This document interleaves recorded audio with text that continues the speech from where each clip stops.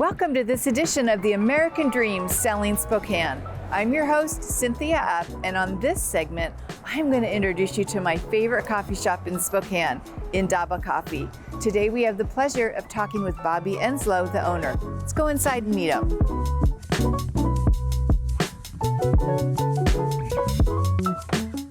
Well, Bobby, thank you so much for meeting with me today on this segment of the American Dream. Yeah, thanks for having me. I'm so excited to meet you. This is my favorite coffee shop. I come here all the time. I'm not just making that up. Tell me, what inspired you to start Indaba?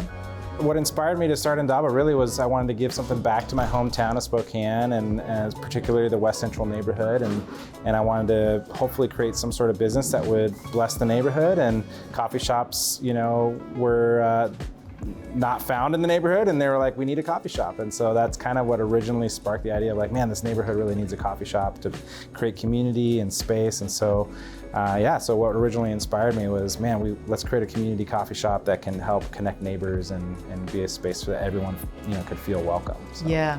Well, I love the environment you've created here. All of your shops. How many do you have total right now? Oh man, for like 3 or 4 now at this point. Yeah. Yeah, I've been to all of them so far, so I'm really hoping you do more.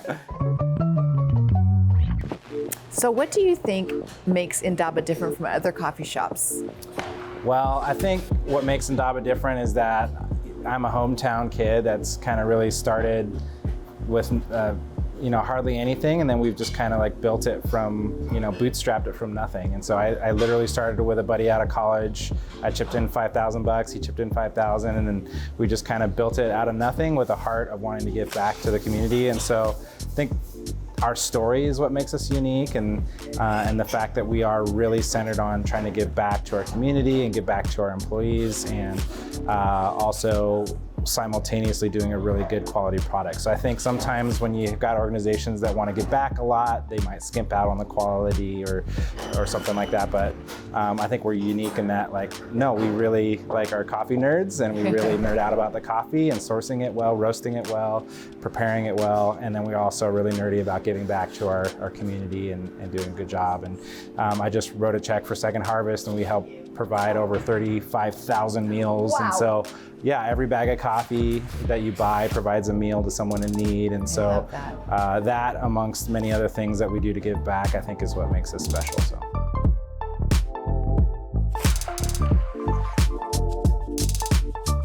So what do you think Indaba is known for?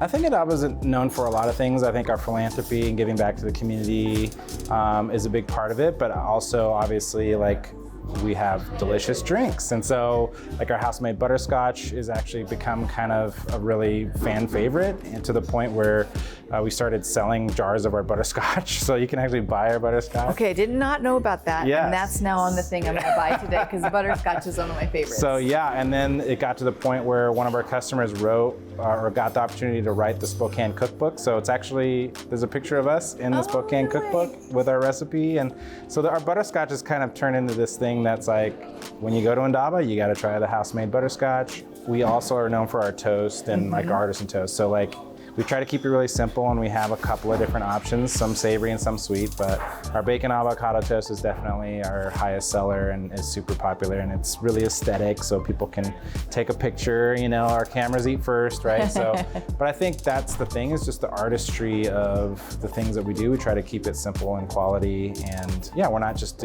trying to make everybody happy, but we're trying to do things really well and intentionally, and so I think people have responded to that, and yeah.